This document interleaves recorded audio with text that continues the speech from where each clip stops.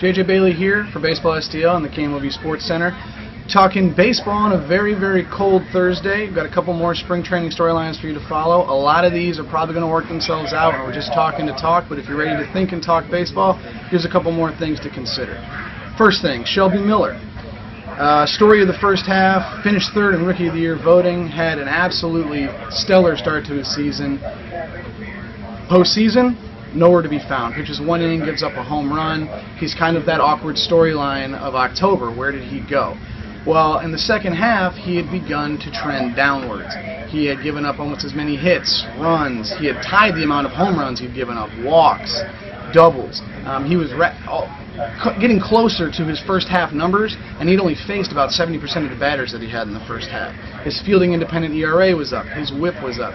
He was playing like a guy running out of gas. That's not unheard of for a guy going through his first full season in the rotation, but it's going to be a huge focal point this year. He's going to have better conditioning going forward, not only for himself but for the club. He's obviously a front of the rotation caliber guy, and they can't have him fading in the second half. So anytime that you see him needing big rests or have to be pulled out for long stretches, that's going to probably be seen as a disappointment. Now, by all accounts, he is an absolute monster in the training facilities, so that doesn't seem to be a problem for him. He should have the endurance going forward, but it is something to keep an eye on. The second thing is a guy who probably had an opposite type of season, Joe Kelly. He began in no man's land. He was a reliever. He was a spot starter. He was kind of all over the board, and his numbers were extremely bad for it. We talked a lot about it throughout the season, about he's really, we use the terminology of thoroughbred pulling a plow. He's not really meant to be in the bullpen. He's got that starter personality. He winds up. He's got to get all the energy out over a couple innings. Second half comes around, chips fall in the right place, all of a sudden he starts. He starts 12 games, he wins 9 of them, and is the team's ace through the latter part of August and into September. I mean, he was the most steady guy in the rotation. He even made some postseason starts, and at one point pitched Greinke to a draw. So he's shown that he has starter stuff.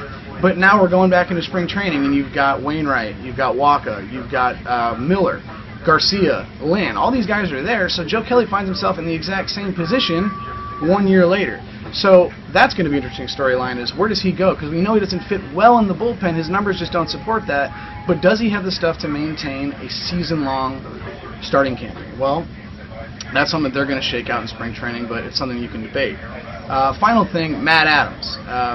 They dealt Beltran. They're comfortable with Craig and Wright, which means Adams is free to play first. But is he going to hit like that all year long?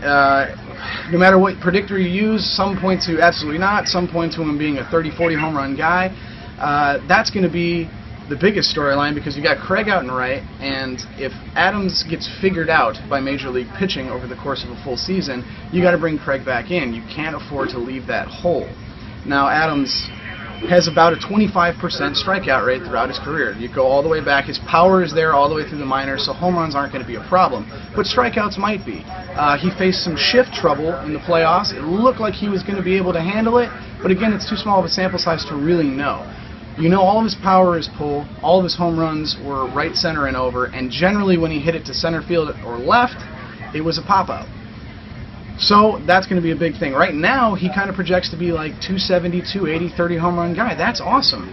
But you never know what happens to a guy when he gets a full season's worth of Major League pitching. His defense seems fine. He played, the latter half of the year and into the playoffs, and all of his numbers show him as about an average fielder. So you have to assume with more work and more consistent play, those numbers go up. But the plate is going to be the big storyline. So whether or not Big City can keep this kind of thing going could go a long way in determining, first of all, where Alan Craig plays, and then what kind of offense we actually see here. Because power was a big hole last year, so we'll see if Adams can kind of up those numbers. But again, a lot of this will get sorted out, but it's something to think about when you're standing around the water cooler. We're going to be down at spring training starting next week, and we'll be there through the whole thing, and then we'll be on the road with them to open the season. Make sure you follow @BaseballSTL for all the updates. Download the app and check our website out. Thanks for watching.